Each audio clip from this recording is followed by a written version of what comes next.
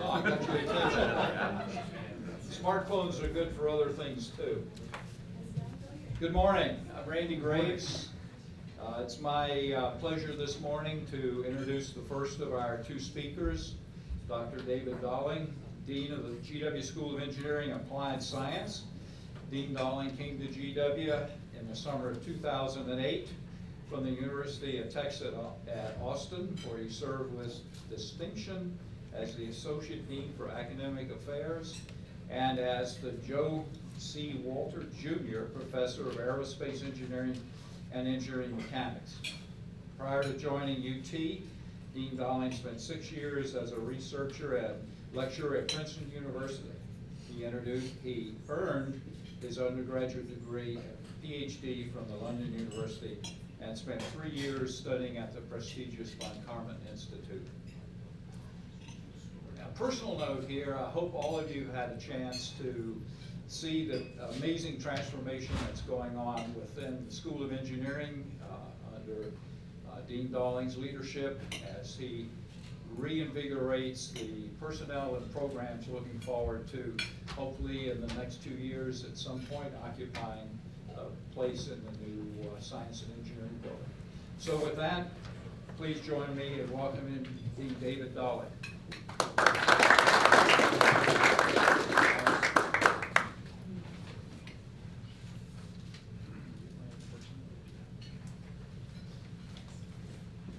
Good morning again. I'm Burley Brunson, a member of Dean Guthrie's Board of Advisors and member of the class of 1995 Executive MBA program at George Washington School of Business. This morning I have the distinct honor of introducing the second speaker, Dean Doug Guthrie. He's been with us since 2010, so he's about 18 months into the job. If you've been around the campus, if you've been anywhere near him, the energy is high. I've seen that, being able to sit with him on the board. Previously, he served as professor of management at New York University, Leonard Stern School of Business. He's also had joint appointments as professor of sociology at NYU, faculty of arts and sciences, and was director of executive education at NYU Stern from 2007 to 2009. Dr. Guthrie holds an AB degree in East Asian languages and civilizations with a concentration in Chinese. Rather appropriate these days. Literature from the University of Chicago, and earned his master's and PhD degrees in organizational sociology from the University of California, Berkeley. Dr. Guthrie has authored, co-authored, and edited numerous books, articles, reports on Chinese economic reform, leadership, and corporate social responsibility. Please join me in welcoming Dean Guthrie in this morning's discussion on transforming the economy from the nation's capital.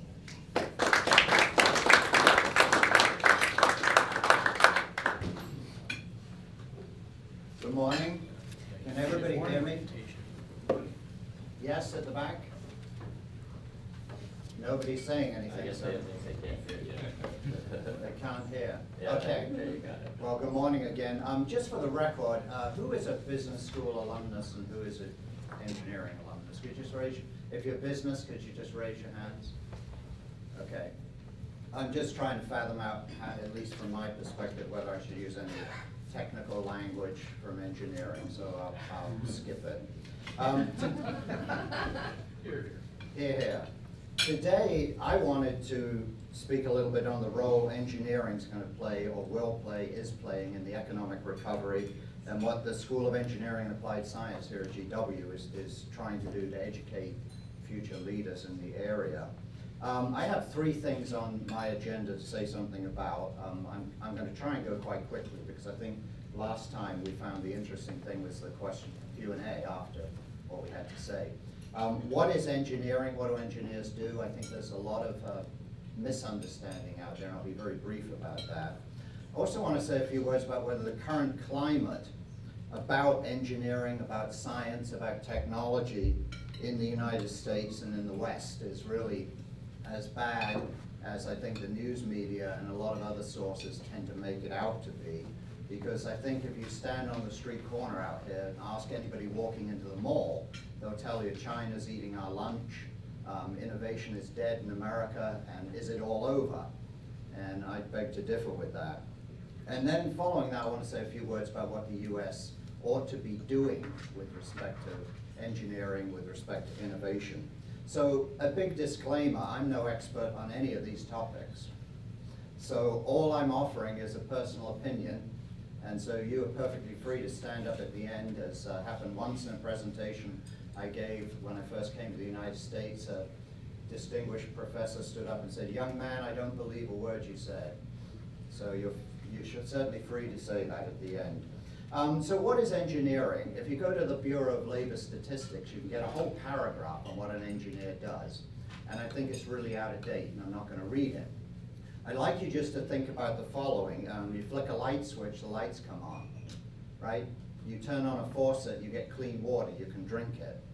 You get on an airplane, and you can land in a foggy, mountainous region in the middle of the night, and you're safe about it. You can pull out your BlackBerry, although they won't be here much longer, right? You can pull out your iPhone, you can call grandma in Kalamazoo with 2 taps of a key. You can do all sorts of things like that, which you sort of take for granted. But these are the things that engineers designed and manufactured. And one of the things I think about engineering, which has led to, in some sense, not lack of respect, but a lack of understanding of the profession, is we've done too good. I think if everything we built and operated failed more often, we'd probably get more attention as a profession, which is not a good thing. It's not what we teach students. We don't want airplanes that don't fly, but everything we do is almost taken for granted. The BlackBerry, I think, is a phenomenal example, or an iPhone. If you just pull this thing out of your pocket and think about it. I mean, mine is an old one. It's stamped with 8 gigabytes of memory. Yours probably has 16 gig. People don't tend to think about what this means. You can put 6,000 novels in a BlackBerry. You can put 15, 16,000 photographs. It's quite astonishing, because if you tried to find the chip in there, you'd be hard pressed to find it. It's mostly plastic case, battery, keyboard, display. Where is this stuff? So this is, I think, one of the amazing things that engineers do that we tend to take for granted. My own definition of engineering, which I use for parents and students, is engineers build stuff to put in museums. That's basically what we do, because in this profession, with innovation and change, almost everything we do ends up in the museum. I just was talking to Randy Graves out here about the space shuttle. It's going out of Dallas. The BlackBerry, the iPhone you have in your pocket, in 5 years, it is a museum piece. I mean, it's quite amazing. So who does all this stuff? Engineers do this stuff. Does anybody know how many engineers there are in the US? Any idea? We do a quiz. Feel free to yell out a number.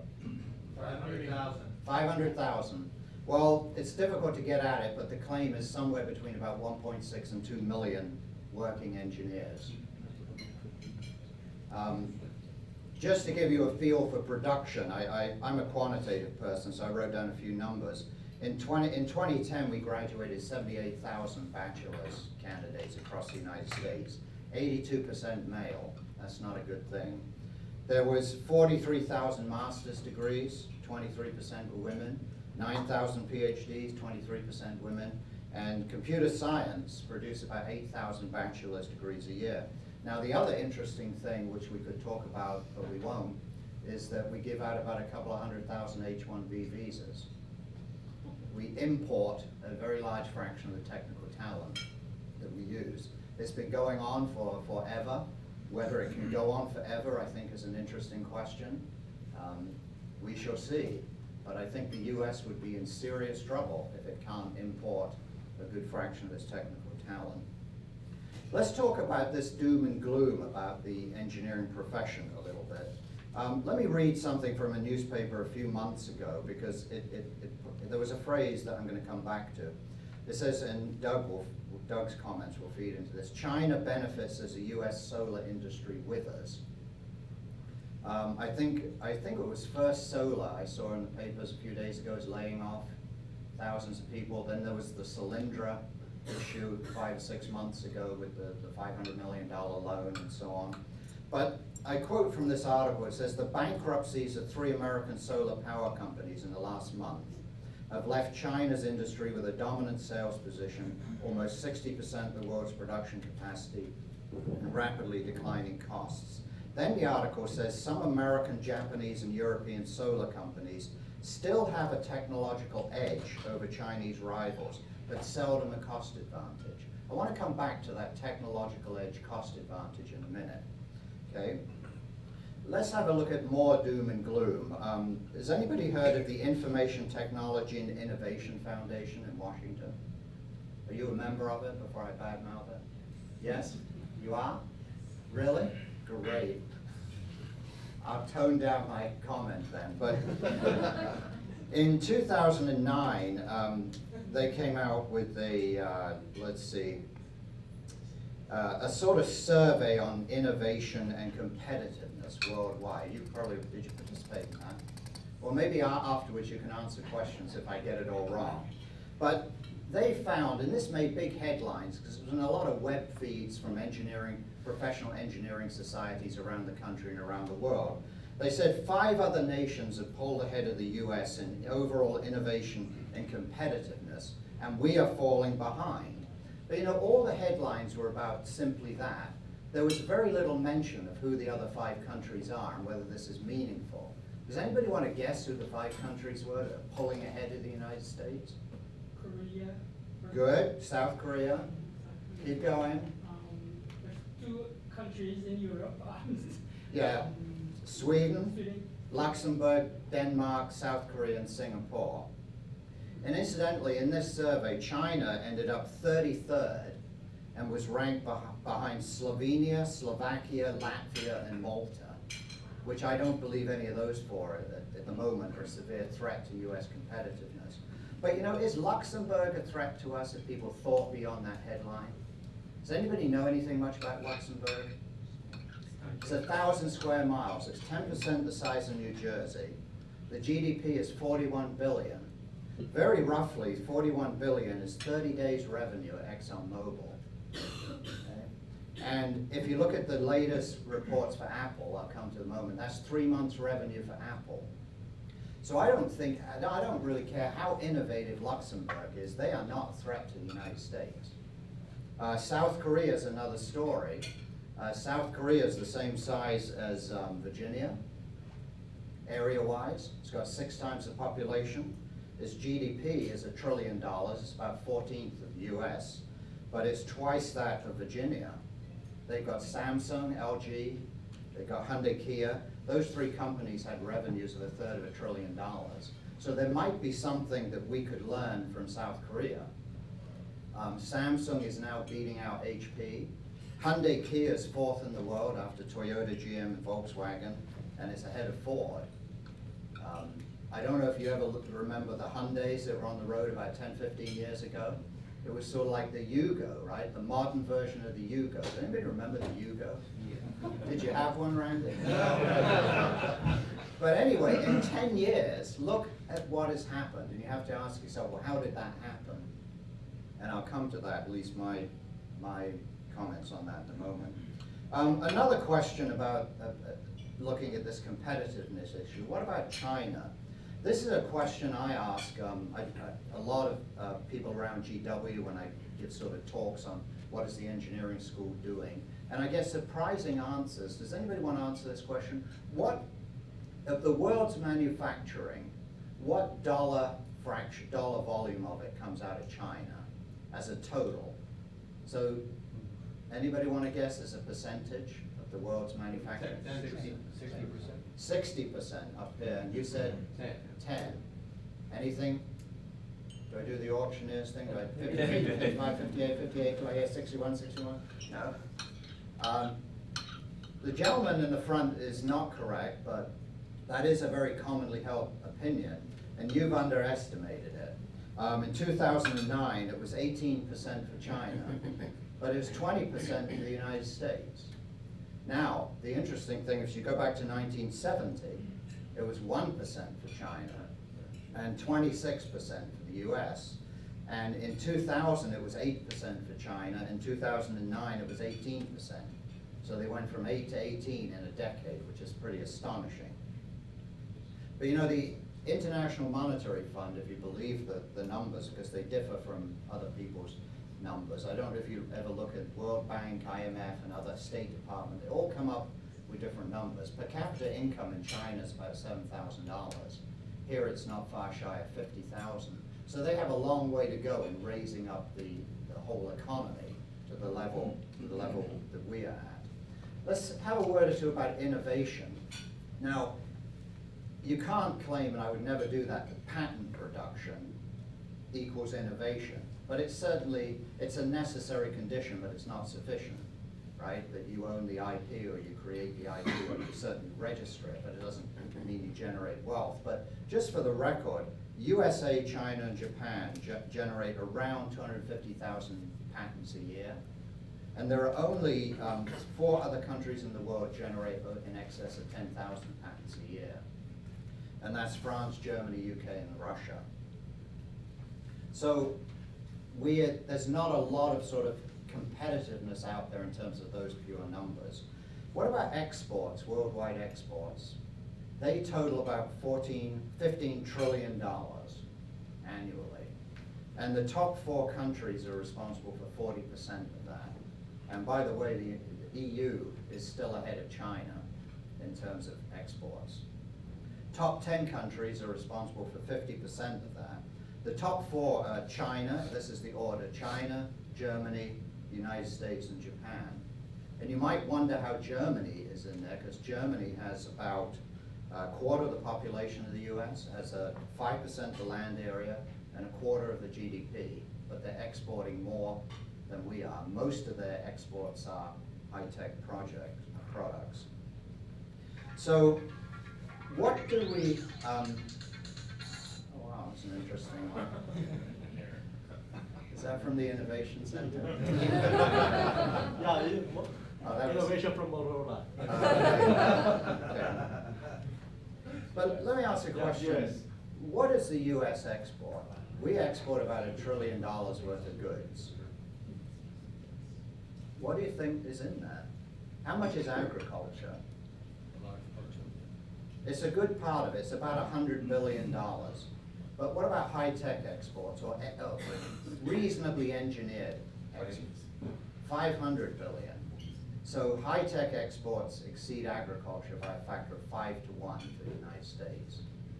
Okay. So what do we conclude from all of this, if anything? I have a conclusion is that high-tech product production is critical for the United States. It's very important. It's a wealth generator. I don't want to put down any other profession, but there is no other profession than, I would say, engineering that generates wealth for a nation. I mean, we have a lot of other distinguished professions on the GW campus, but many of them, I think, end up redistributing wealth rather than creating it. I won't pick on anything that is special to Washington, D.C., but we do have more lawyers per acre than anywhere else in the country, I believe. I think we need to focus as a nation on producing, on the engineering side of the house, high quality, expensive goods that have enormous amounts of brain power in them. That is the only way that we can possibly lead, because we can't lead on low-cost manufacturing. One of the things I did a while ago, which I found audiences enjoyed, was pricing engineering products by the pound. So if you think about engineering products by the pound, who's bought a car recently? Anybody bought a car? What did you pay per pound for it? I didn't calculate it. Function if you bought a Yugo. Well, if you go buy a Toyota Corolla, you pay about $6 a pound for it. If you buy a Mercedes E-Class, you pay about $15 to $20 a pound. We'll put one exotic in there. If you buy a Lamborghini Gallardo, whatever that is, that will cost you $80 a pound. Okay. But let's think about something that's more high-tech, the industry that I've been affiliated with all my life, aerospace. Let's say you go out and buy a 737. You just got your bonus, you go, and you're gonna get yourself a 737. So what do you think that costs per pound? $800 compared to 15 to 20 for a Mercedes. Now, if you go step up a little bit, your bonus is bigger, and you bought a 777 so that you can fly to Asia direct to meet your clients. The GE90 engines that are slung on under those wings, they weigh about 8 tons apiece. They weigh 16,600 pounds. Well, what do they cost? $24 million each. That's $1,600, $1,500 a pound. What is different between the Mercedes-Benz and the airplane engine? Well, there's a lot of differences, right? One's a car. But my point is, it has enormous amount of intellectual horsepower in the design of that engine. Thousands of engineers have worked on all the components of that. So that is something that we can buy metal, in a sense, and materials at a low price and convert it into something that is very expensive. And the other interesting thing is other people have to buy it. There's no competition. There's Airbus and Boeing. That's all there is. You want to fly in a modern airplane, you have to pay the price. And I would say that there are other things like that. Let's go to the other end of the spectrum, the tiny end, like computers and smartphones. Did anybody see Apple's revenue for the last quarter? Apple's revenue, I looked down at my notes for this, first quarter was $46.3 billion. Up over the 1 year ago, it was $26 billion. $26 billion to $43 billion. Profits were up from $6 billion to $13 billion. $13 billion profit a quarter. That's $1 billion a week profit. Now, how do they do that? What is so special about that? I mean, that's a very interesting thing, isn't it? That was 37 million iPhones, 15 million iPads, 5 million Macs, and 15 million iPods. Because what is the sort of simple layman's answer to this? They're buying high-tech stuff that people want to buy, right? They're making it. So they are selling stuff. I don't know what an iPhone is per pound. It's not a lot of money. But they have found something to sell, which is very high-tech. They have created a market for it. And this is sort of the thought I'm sort of trying to get us to leave this sort of conversation with this. That is really what we have to do, is we have to build things that have a lot of intellectual horsepower in them. Maybe they don't weigh much, but people want them and will buy them. Because in a lot of countries, people will pay a month's paycheck for an iPhone. I mean, here in the US, we don't have to do that. In other places, it's such a desired product. The ultimate dollars per pound, I guess, is software, right? And there's probably many people in this room that are involved in software.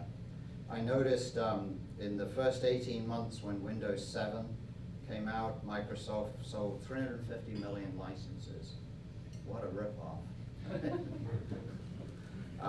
And Microsoft's quarter was around $20 billion with profit of $6 billion. Other engineering industries don't have that kind of revenue. Well, they have that kind of revenue, but they don't have that kind of profit, right? So this is, I say, what we need to do. We need to build stuff that commands a premium price for which there's little or no competition and people have to have. Another example might be medical imaging equipment. Have you ever gone to buy an MRI scanner or a CAT scanner? Those things run about $2.5–3 million each without the bells and whistles on them. And most of that is the brain power in the engineering and in the software. So what is GW doing? I'm running out of my time, but what are we trying to do to help that? Well, GW is one of 330 four-year engineering schools in the US, so we play a part. We can't play any greater role than anyone else is playing in a way, because everybody is trying to do the same thing. We are growing at GW Engineering and Science. It's growing very rapidly right now. We have a $300 million building going to show up on H and I, between H and I in 23 and 22. If you go and look now, there's a 50-foot deep hole in the ground, city block size. It's bedrock right now, so it's got to be blasting for a while to clean it out. Then we'll have an 8-story high building above ground, 6 stories below, 4 car parking, 2 is for laboratories and so on. This is the biggest investment, you might be interested as a stakeholder in GW. This is the biggest investment GW's ever made, $300 million. And if you count the faculty who are being recruited in engineering, we've hired almost 40 in the last 4 years, and science is doing the same. This is an investment on the order of about $400 to $500 million by GW over, 5 to 10 year period. We are also encouraging innovation in the engineering school. Randy Graves, who introduced me, is the chair of our National Advisory Council, and he and others have been leading a very, very strong effort to increase entrepreneurship amongst our students. We have an entrepreneurs club now in the School of Engineering, and we have been participating more and more in things like the GW business plan. And I'll leave my remarks with just one comment about the GW business plan.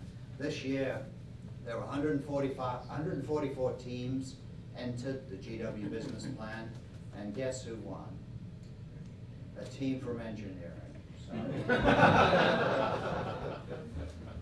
It's a young assistant professor we have in computer science, and his PhD student who have created it's not a replacement for Google search engine, but it's a much more sophisticated search engine. He's going to get, he won $25,000 plus a free trip to Plug and Play in Silicon Valley. He's taking the next year off to work on this. And as time goes by, we hope we'll have more and more faculty, students, and others who go this way. Because there is absolutely no reason why there can only be one Stanford in the world. Why can't there be an equivalent Stanford on the East Coast in Washington? No reason whatsoever. So that's my few comments. Great. Thanks, David. Thank you all for coming out this morning. I think that this topic is an incredibly important one, and it's one that I'm very passionate about, and I know that David is too. David and I have done this once before, and what I concluded at the end of it is that I don't think I disagree with anything that David said. But you are going to get a very different perspective. One being the optimistic view that innovation is the key to our future, and we're really doing a lot better than we think. And then my view, which is a much more dour and pessimistic view. And so you might wonder, how can those two things be existing together? And it's because while everything David said is true, what we do as a country to either facilitate or stymie the ways in which we can lever where we're great, I think has reached such a problematic level. Now, I want to talk about three things as well. I want to talk about history, blame, and industrial policy. But before I do that, I thought I might just give a moment of background, which were sort of alluded to in Burley's remarks, but they kind of set the stage in some ways for what I think about what's going on in the global economy today, and also probably more specifically what I think about how a business school should be run in this context. The first, as you might have guessed, is that I'm a China scholar. I started way back when as a humanities person, actually, a Chinese language and literature scholar at the University of Chicago. I went on to do my PhD in organizational sociology at Berkeley, and I ended up in sociology precisely because of the issues that I'm going to talk about in a minute. Having been at Chicago in the heyday of neoclassical economic theory, or the resurgence of neoclassical economic theory, I thought I would be an economist. But it just didn't make any sense to me.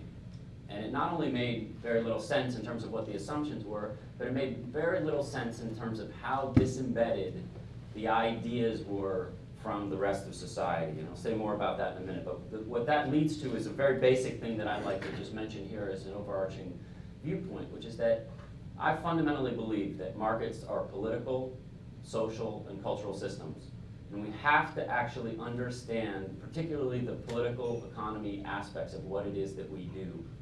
And it's been, I think, a huge problem, and it's one that I don't actually see as getting any better. I ended up being a dean in Washington, D.C., kind of unexpectedly. And that actually forced me to think about a lot of the things that I do as they relate more directly to things like local economic development and macroeconomic policy as it relates to the U.S.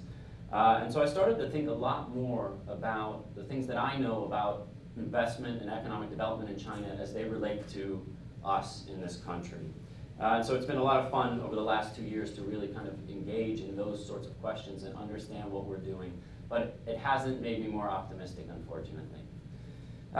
So first, a little bit of history. This will be the dour view of the U.S. economy.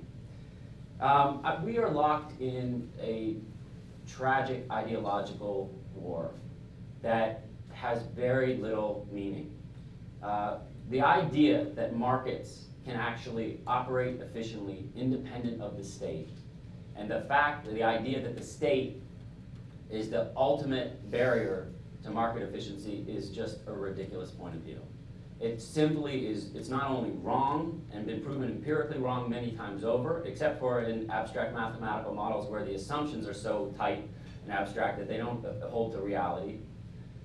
But it's completely ineffective, and it also eschews the one thing that's probably the most important part of what states do, which is the point that David alluded to. If you think about most of the things that he just extolled as the great moments of innovation, yeah, a lot of them come from brain power, and a lot of them come from great universities, but a lot of them also come from U.S. investment in the development of those industries. And so when we think about the state as the regulatory agencies that are controlling us, we forget just how much of state investment has driven things like the internet, high-tech technological development, the airplane industry, the automobile industry. And so we're mired in this debate that plays out on federal levels over the idea that we should be having a completely efficient market system when it can't even work from a logical perspective. This is, of course, the Friedman versus Keynes approach, but Keynes is usually just thought of, that debate usually boils down to the role of the Fed in the economy. But what I'm talking about here much more is actually the ways in which we have investment in industries through states, and that really comes through industrial policy, which I'm going to talk about in a minute. My favorite story with respect to this particular case and what's actually been going on, David mentioned the aerospace industry and how important that industry is for us. For about 2 years, the NLRB was in a fight with Boeing over the question of whether or not a plant in South Carolina should be opened in order to actually have 1,000 new jobs in the high-tech space. Now, you might say, well, of course, the NLRB is part of a government agency, it's bad, that's exactly the point, but that's not really the point. Because actually, if you really want to understand historically what happened there, you kind of have to go back to the Wagner Act in 1934, and then the Taft-Hartley Amendment in 1948, and understand what right-to-work states are, and understand that we actually have a political economic process that led to the fact that Boeing is allowed to move to different states. That's life. That's the world we live in. And they are allowed to move to states that are tougher on labor. Right-to-work states are very difficult for labor to organize, and it's really what has led to the downfall of labor in this country, which may or may not be a good thing. But the point is that we actually exist in this historical process that has led to this. But instead, this fight just plays out in Washington, and you got one side calling the other side evil, and the other side calling the other side evil and inefficient. And 2 years, 1,000 jobs just sit fallow. And it's just, there's no constructive way to disentangle this debate. And so when I think about these kinds of things, I just think that we need to pull our heads out of the sand and really actually think deeply about how to have efficient markets that are engaged, that have a level of engagement between the state and the market. So the second thing I want to just mention here is the issue of blame. And it relates to both the issue that I just raised, but also a lot of the issues that David raised. We think China's to blame for our problems, right? The currency debate has been all the rage recently. It's kind of died down a little bit. by the way, this is the dumbest debate in the world. This is just so stupid, because if China appreciates its currency by 25% as we're pushing for them to do, so that we can look like we actually got exerted some muscle over them, it's not gonna create new jobs. It's not gonna create any jobs in the sectors that David's talking about. Furthermore, it's gonna pass prices down to consumers who shop at Walmart. Walmart is the largest exporter from China to the United States, on the order of the exports from Mexico to the United States. Walmart is not gonna bring jobs back here with a 25% appreciation of the yuan, right? So that cost just gets passed down to the poorest consumers. That's what would actually happen. Now, I was in one of the Senate offices not too long ago, brought in to talk about this issue.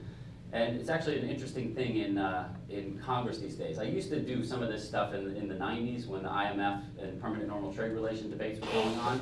And there were a lot of PhDs in economics and in Chinese politics that I would end up talking to. Today, all those people seem to be gone, and I don't know where they went. Maybe they went to academia. But now they're replaced by a bunch of 26-year-olds who spent 2 years on language programs in China and think they know everything about China and economics. I was in this conversation with this kid, and he kept saying, Dean, we really respect what you're saying, but we're just going after low-hanging fruit. And I said, stop saying that. You don't even understand the phrase low-hanging fruit. Low-hanging fruit means it's good, right? You're saying, and you know, like you were like, who is running this ship? Who is running this policy? Like, this senator is listening to this guy, and this guy doesn't even understand a thing that he's talking about, right? So this depresses me. This makes me very upset.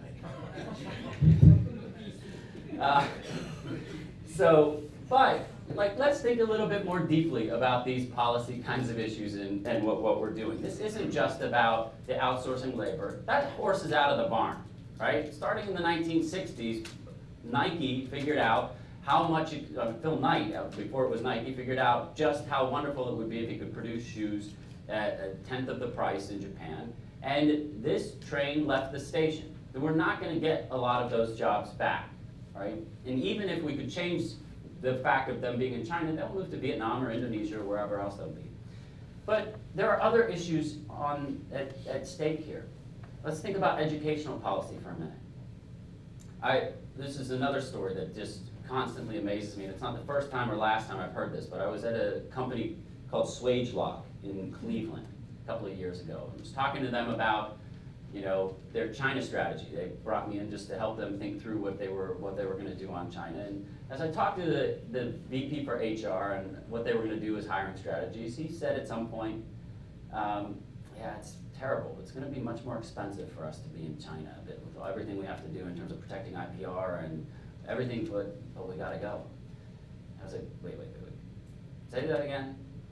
Well, we have to go to China. And I said, well, we have an unemployment rate of 11% in Cleveland, and well, why? Like, if it's going to cost you more, if you're not going to get the cost benefit of this technological production stuff, why are you doing this? And he said, well, to be honest, yeah, there's 11% unemployment here, but they shut down all the major vocational education sites and replaced them with vocational technical education. So a lot of people are really good at typing on computers now, but they don't have enough electrical engineers that can actually figure out the configuration of this manufacturing plant, right? And that's actually a big story of what's happened in education in this country. And again, here we are, we're locked in this bizarre ideological debate about whether or not tracking is a good or bad thing. You want to know why Germany does so well? Germany does so well because they have a state that thinks about these kinds of issues, and they don't get locked in ideological debates about between the left and the right about the ultimate opportunities and whether or not tracking in vocational education is bad. What we're doing is we're stuck with a labor force that doesn't actually have the technical skills to do the manufacturing jobs that we want to bring back. That's craziness. But who's talking about that in Washington right now? I haven't heard it. And every time I raise it, people say, oh, I think your statistics are wrong. Go check the statistics. Vocational technical education is up, vocational education is down. That's the story. So I think, again, we have this problem. Now, the problem also on the blame piece leads sort of into my third issue. Although I think that there's a very specific dangerous thing that we have about blaming others. So in particular, let's talk about blaming China. Anybody want to take a guess to continue the quiz that's going on? of how much money China is sitting on in terms of foreign exchange reserves. You may know this. This is not the bonds, this is foreign exchange reserves that are the result of 30 years of outsourcing of labor there. About $3 trillion, right? It is the largest store of cash in the world. That cash is going to get less valuable the longer China sits on it. They don't want to sit on that cash. They want to invest it, right? You want to take a guess at how much money was invested from China into the United States last year? $5 billion, right? Now that's not because China doesn't want to invest. It is because we are sitting here in this jingoistic and xenophobic approach to things and saying, we don't want your money. We don't trust you. I was in this amazing, now Huawei is the most famous case of this twice or 3 times over. I was in this presentation at the Department of Energy a couple of weeks ago, and somebody asked this question about cybersecurity and how much should we be afraid of Huawei. And I said, look, I know the guys at Huawei pretty well. I know the company up and down, but I don't know. Who knows? Who knows really what the intentions are? But all I can tell you is I know the president of Huawei North America, the vice chairman of the board of Huawei overall, and I've talked to them a lot. And I just, but the one thing I don't like is how irresponsibly and inaccurately they're reported on in the press. And the problem is they're reported on completely inaccurately, not just in the press, but by people on the Hill who write threatening letters to Obama about investments saying, like, if you let this Huawei, this Sprint Nortel deal go through, we're going to make you a China lover in the election, and you don't want that, do you? If I was Obama, I would have said, bring it on. That's a great idea, because we're talking about investment and jobs. So anyway, I'm in this talk, and this guy says, well, and then I say, and the other thing is, we're not even transparent about this.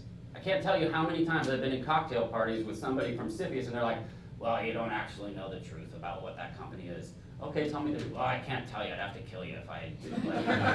I was like, okay, so how do we move forward? So after this talk, this guy comes up to me, same voice, same patronizing smile. Well, I'm used to work for CFIUS and I can't tell you what's really going on.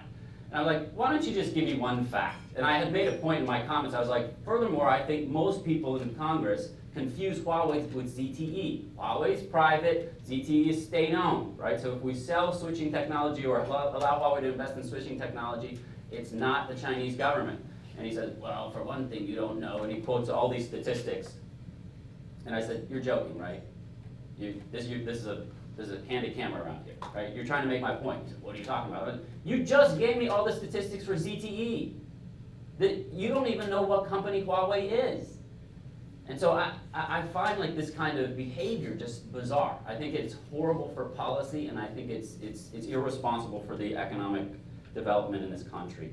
Another one, of course, is the H-1B visas, right? I mean, we forget that the productivity revolution in this country from the 1950s to 2000s was built on the backs of those 70,000 a year people coming over. They can't get jobs here anymore, right? Because, I mean, at least I know in the business school, we have to send a lot of them home. And it's just, I think it's a travesty. Okay, I'm going to wrap up very quickly, but I'm just going to make a plug for industrial policy and then a plug for where I see a silver lining. Industrial policy, this is actually where China is better than us. Right? Now, people, again, might think that that's evil because we need markets to be free, but the reality is that investment in industries is how industries emerge.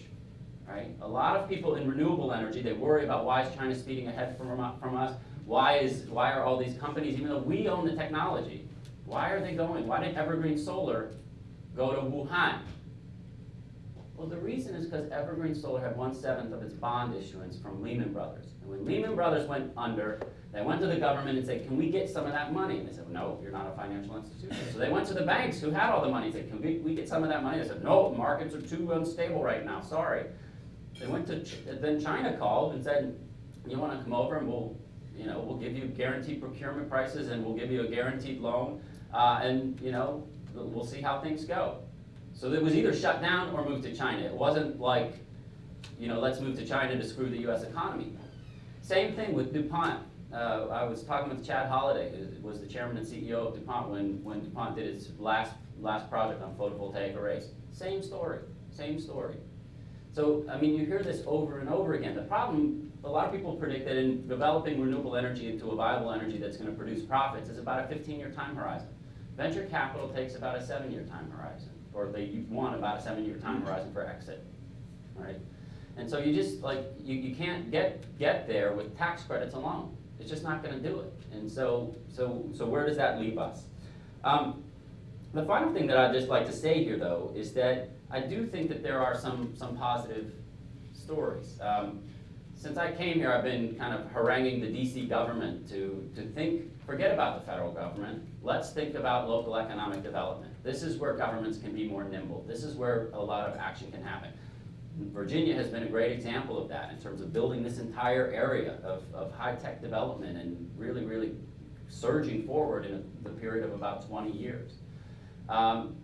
And so, I think that working with the Deputy Mayor for Planning and Economic Development, Victor Hoskins, has been one of the highlights of my time here in DC, because I think he is a truly creative, forward-thinking, just strategic thinking individual. And he's actually been really engaged with these processes of how do we set forward a plan, right? He's not trying to control or regulate. He wants to talk to people in the industry and say, what's the problem? Why are you in Virginia instead of DC? And they say, well, for one thing, the capital gains tax in DC is 8.7%, and the capital gains tax in Virginia is much lower. So it makes no sense for me to house my company in DC.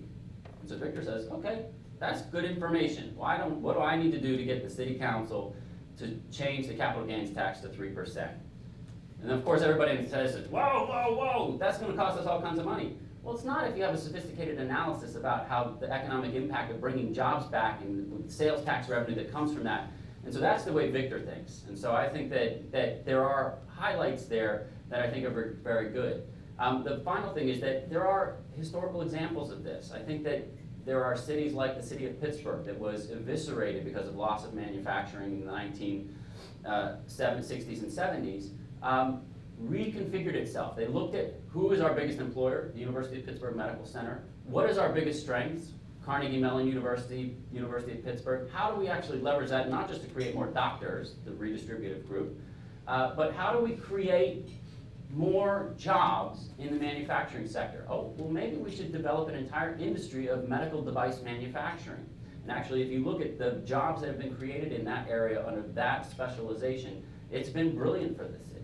And so what I would like to see is the city of DC and more generally this metropolitan area continue to think like that, because I think that the federal government, we're never going to get anywhere. But I think with local governments and smart thinking about build alliances between the business community and the local government communities, I think we can actually do a lot of good. So.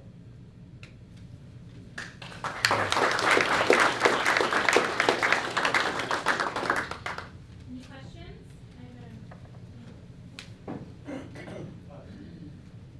I could talk about this. I have a question that has nothing to do with anything that you spoke about this morning. That's good. Facebook's IPO, initial public offering, I heard this morning, 2.5 weeks, May 18th. Of course, there's going to be a frenzy when it happens, but what do you think? What do you think of Facebook's IPO? If I was Zuckerberg, I'd be very happy. Excuse me? I think it's, from what I've read, I don't know a lot about that, but I've read that it's supposed to raise on the order of $100 billion. No, I'm sure it'll be more than that, but you know, just for your common investor, I mean, you know, I think if my memory serves me correctly, Google was in '03, and it opened at $80 a share. Of course, it went up to 600 or 700, it came down. Rather good investment, I would think. You know, what do you? It's hard to say. I mean, I'm an engineer. I don't know I about all these recognize things, that. but I recognize all I that. would say about it is in the high-tech world, if you don't keep up, you're gone. And how long Facebook will be without serious competition is next to impossible to predict. Because I mean, just pulling this thing out, 3 years ago, this company was riding high, right? And I think you paid about $80 a share.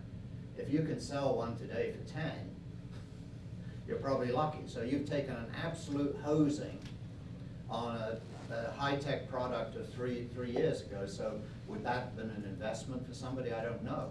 I mean, is Facebook going to be worth 200 billion in 2 years or 10 billion? I mean, I have no idea. I mean, my quick comments on this, and this, this is sort of outside the purview of what we're talking about here, but my view on investing and my advice to people when they ask me about it is always to say it depends on two things: luck and a long-term view. And the problem with the frenzy is that everybody's gonna think, like, I gotta buy it at 80 so I can sell it 160 tomorrow, and like, I mean, if you invested in Apple in 1984, you're looking pretty good today, but if you tried to sell it the many times when Apple stocks tanked in the 90s, you're probably upset. And so, Facebook is probably gonna do well because the people I know in the digital marketing world think that actually Facebook is gonna become the internet. Now, I don't know if that's true, and I don't even actually know the technical aspects. I'm not actually even on Facebook, so I don't really know what the buzz is. But there are people in the digital marketing world that think that. And so if that's true, it seems like it has a good upside. So I would say buy and hold on to it for 10 years. I think there's something to that. Well, actually, one data point on Facebook was I read in the last 2 weeks that for the first time last quarter, they reported lower revenues and lower earnings. So that might be a hiccup on the way to a $10 share in Nokia or whatever it is. One of the question I wanted to ask was the issue of, I saw a factoid the other day that said about 1.75 trillion is the annual cost for federal regulatory compliance to our economy. And it's a hidden cost, and we don't know what we're paying for it, both in terms of innovation and in terms of cost wherever we go to buy our goods and services. So when will we get to a point where you can actually have a common sense review that looks at the cost-benefit analysis of what these $1.7 trillion mean to our economy and to our future? You want to address that one? Sure. I mean, first of all, these numbers are always a little fuzzy, but I suspect what you're talking about is not the cost of the government agencies, but what the cost to the economic upside would be without the regulation. The cost of complying with the regulations. Yeah, and so that's a tough one. You gotta decide your own moral ground on that. Like the city of Pittsburgh, which I mentioned a few minutes ago, used to be the case in the 1960s that people had to drive around with their traffic lights on the entire day because there was so much smog. City of Cleveland, the Cuyahoga River was on fire in 1979. We have regulation because, counter to what neoclassical economic theory and Milton Friedman would say, the markets didn't take care of it. There's too much complexity in the distance between consumers buying and the upstream production that would happen. So in my view, that regulation's a good thing. I don't want the Cuyahoga River to be on fire, and I want to actually be able to not have cities that are polluted as much as China is polluted that I live in. And so, yeah, the cost of that kind of regulation is real. But do we want to live in a society? I mean, we lambaste China right now for the complete destruction of the land because they are so low in terms of regulation. Interestingly, it's quite an interesting case that there are some pockets of China that are much more aggressive in terms of environmental regulation than other parts. And the companies that have been most angry about the ratcheting up of the environmental regulations have been the US companies that are manufacturing there. And so there's a strange kind of dynamic about this. So if you want that cost to go away, I don't know what the outcome is going to be, except I suspect that it's going to be some areas of a worsening of society.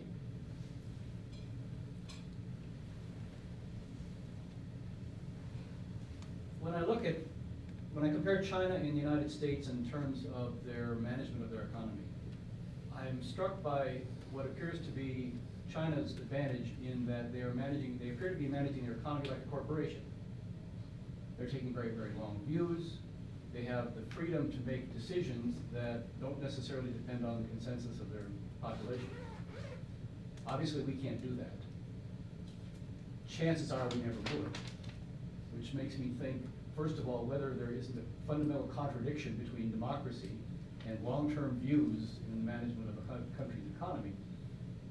but more importantly, whether or not and what we would have to do to change attitudes, to change our culture, to be able to have the kind of long-term views that other democratic societies seem to be able to apply effectively, like Germany.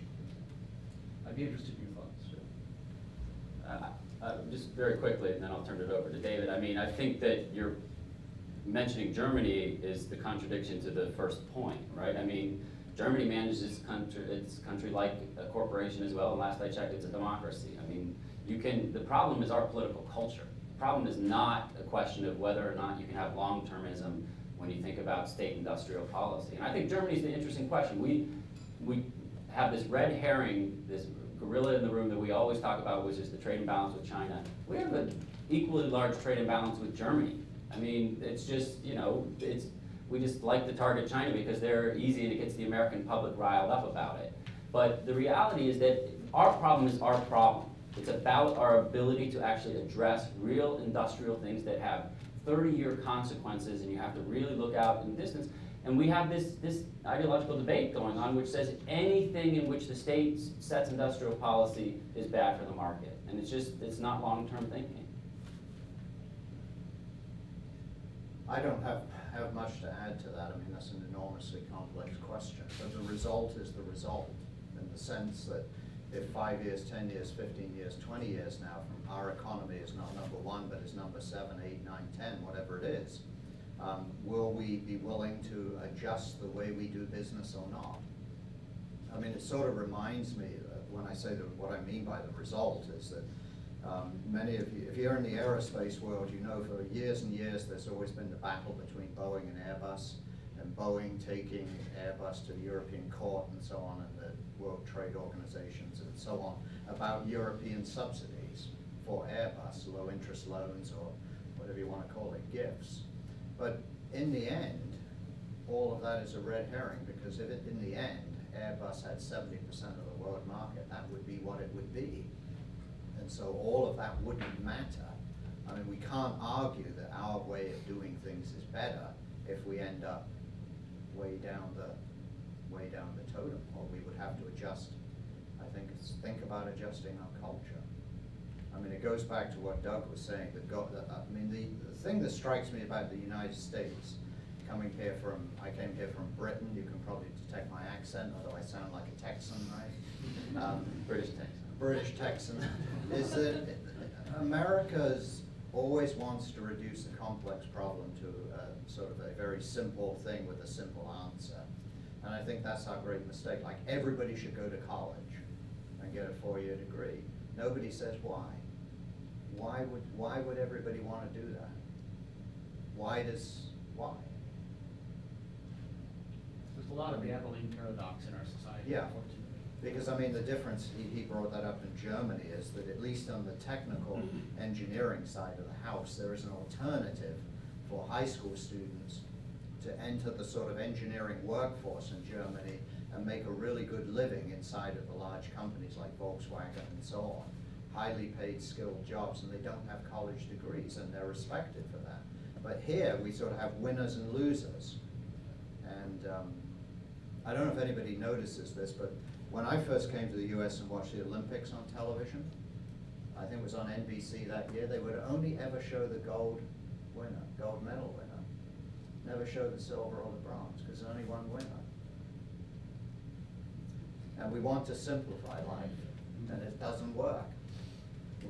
One of the economists I do love is a guy named Robert Frank, who wrote a great book in probably 1996 called The Winner Take All Economy. Brilliant, very simple, easy read book, but it's a brilliant analysis that pretty much leaves intact standard economic assumptions, but basically shows that the reason, I mean, we're here because of the policies and political culture that we're embedded in. The one other thing, though, that I would say that I think is really important in all of this is that, actually, I think our greatest industry is higher education. I mean, we are, I think if you look at the list of the top 50 institutions, I don't know, we're 30 of them, or something like that. We still are the place where people want to come for elite higher education.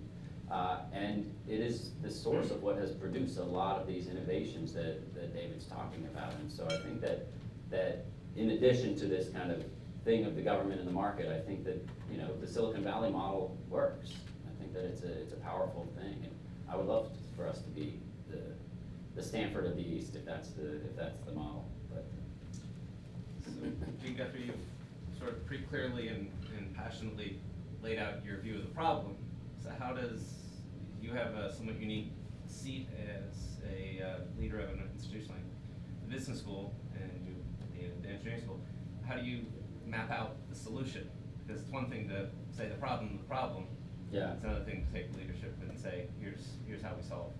Couldn't hear the question last year. The question was, what's the solution? Like, what do we, and I don't have an overarching solution, at least not on the federal government side. I'm pretty pessimistic about what's going on there. And you see just a dumbing down of the debates. It seems to get dumber and dumber every 4 years. I'm just like amazed. It can't get any dumber than this. And now 4 years later, you're like, wow, I guess. But I actually do think the solution really is local governments. I think that there's a lot of good things happening at the state level and a lot of innovative things happening at municipal government levels. You know, I mean, you know, I mentioned, for example, my work with the deputy mayor. I've been trying to convince him for a year that there's all this cash sitting out there in China. You need equity investment for your development projects. Let's go get some of this money. So he finally said okay, and he came to China with me in March. And I set up some events for him and introduced him to a bunch of real estate developers and people who have a lot of cash. And actually, by the way, they're looking to bring that cash offshore. I mean, the instability in China is, and we were just at a dinner last night in which these guys came and they looked at several of the projects in DC. And so, one, that kind of gets to some of the solution that we're talking about, but two, you know, it's leadership by the deputy mayor. I mean, it's him saying, I'm gonna do this, I'm gonna try to figure it out. I mean, another example is, I mean, one of the famous cases of money blocked coming into this country was the Chinese National Offshore Oil Corporation in 2005 when they tried to buy Unocal. Congress stepped in and said, that's not gonna happen. We're not gonna have a state-owned organization owning a US company in the energy sector. Maybe that's a good idea, right? But where CNOC money did get into the United States, they said, we can't obviously do something at the national level, but let's fly under the radar a little bit. And they basically, with the Chesapeake Oil Company, have invested in the shale fields, the shale oil and gas fields in Denver and Wyoming. And, you know, they did it in a way that was a little more careful in terms of how to do it. And so I think that my view is to kind of abandon the debate at the national level, but work with local governments to do that. And so I'm trying to build a business school that's doing that. We're now actually spearheading the city's strategic planning process. We have a whole bunch of internships for MBAs that are working with the deputy mayor's office to do that. And hopefully it'll become a model of how to engage. One more question? Question regarding the cost of education, number one. And then two is that how GW is trying to address it to attract more students who will study more on science and math. Since a parent of a 7-year-old who's really interested already in early age, you know, what will be the GW strategic strategy to be affordable cost? And then second is that how to attract more students to study more in science and math. Well, that's many questions in one. The attraction of more students, I think, is something, I mean, we can play a small part in that by having outreach and having alumni who are successful, who serve really sort of mentors and role models for other people. As far as cost is concerned, I mean, GW has this reputation of being expensive, and it is, but most of the top 100 private schools are pretty much in the same league as we are. I think somebody was joking the other day that the difference in cost between the number 1 and number 2 is the price of a latte at Starbucks. And I mean, the difference in price between number 1 and number 20 is probably less than $500. So there's a huge clump of schools that are basically in the same price range. Within the engineering school, we have successfully persuaded GW to increase financial aid for students who want to study engineering. We've got a strong and growing, and this is where alumni, it would not be an alumni event if I didn't make a pitch for resources, but we have a significant number of alumni who've created scholarships for students. And that's important because we know full well that freshmen go to where they get the best financial offer, plus the reputational thing, but the financial offer can play a greater role. But I think that there is, I mean, I did point out right at the beginning of my talk, there is a growth in engineering. There is a growth in engineering graduates and in science graduates. It's slow. I think the 2008 collapse, economic collapse contributed to that because I meet a lot of parents coming to GW, and the kids don't talk about this, but the parents do. They're obsessed about, is my child going to get a job? They're truly, I mean, it's not just on the burner now, it's right at the front burner. Every talk I give, that's the first question from the floor. And the one pitch I'll put in for engineering right now, nationwide, the top 10 jobs for college graduates right now in this country, 8 of them have the word engineering with some adjective in front of it, civil, electrical, computer, and so on. And the other 2 are computer science and information technology. So this is a fabulous time actually to be graduating in science and engineering. There are a lot of jobs out there. Dr. Guthrie, I have a question regarding the strategies to put in place. Do you think that sociology, ethics, and humanistic subjects would help in the long run the development of more industrial capacity and production? I mean, just very quickly, because I know our time's almost up, I would divide your question into 2 parts. There's a very different pattern and dynamic that you need to set up for graduate education than undergraduate education. And so when you're dealing with an MBA degree, you have 2 short years to basically get everyone the knowledge that they have. But as somebody who comes out of a great books tradition and a liberal arts background at the University of Chicago, I'm a huge believer in the idea that in order to train well-rounded ethical leaders of the future, you need people with big minds, critical thinking, and big curiosity. And unfortunately, for business schools, we've become more and more vocational technical schools. You know, I often get questions from students, Dean, should I triple major in finance, economics, and accounting, or finance, accounting, and economics, or like, and my answer is always like, get yourself out of the business school. I don't mean don't major in business, but figure out what you want. Pick a major. Finance, that's great, and then spend the rest of your time studying the language, or studying geopolitics, or studying environmental science, or take classes in the engineering school if you're interested in the renewable energy sector, or take classes in ethics so that you can actually really understand. And the interesting thing is, this isn't just me talking as a champion of liberal arts education. This comes directly from the recruiters. What the kids don't actually make the connection to is that they say, should I do X, Y, and Z? What they're thinking is, how do I get that job at Goldman Sachs? If you talk to the Goldman Sachs recruiter who's going to recruit a 22-year-old, they want to know that you have basic knowledge and that you know what net present value is, but they're going to put you through their own boot camp. What they want, but they have a stack of applications that look like this on this side, and they have very few that are interesting on this side. Right? And so I actually think that at the undergraduate level of being much more integrated with and leveraging the university better than business schools typically do is really important. And then at the graduate level, we just have different problems. I mean, it's just such a tight education timeline. But I'm a big believer in that idea. One quick question. It's a question and also a statement. It's certainly not at the cerebral level of solving all the world's problems, but in terms of the collaboration between the School of Engineering and the School of Business, while it is highly unlikely that students who come out of the School of Business want to be engineers, there is a high likelihood that kids who come out of the School of Engineering want to go into business. And I think it's important that there be, and perhaps there is, but it's at least not that I know of as of now, that there be some courses that engineers be required to take in business to give them some idea as they get out of school of what faces them in the business world. For me, I can say that when I got out of school, one of the best things that ever happened to me is that I went to work for a construction company that very rapidly exposed me to the business side of the technical aspects of what I'd gone to school about. And having a daughter that just graduated from your school, just last year, and now going on to PwC and then doing her graduate work at GW. I think it would be very good to see collaboration between the two schools where engineers are required to take courses in business, whether just to understand basics, cash flow, customer service, things of that nature, where how businesses go about making money, right, and how they what they have to do to survive. I mean, I'd like to see something like that. Great plug for the engineering management department. Yes, exactly. Well, thank you all very much. Thank the two deans for coming out on this.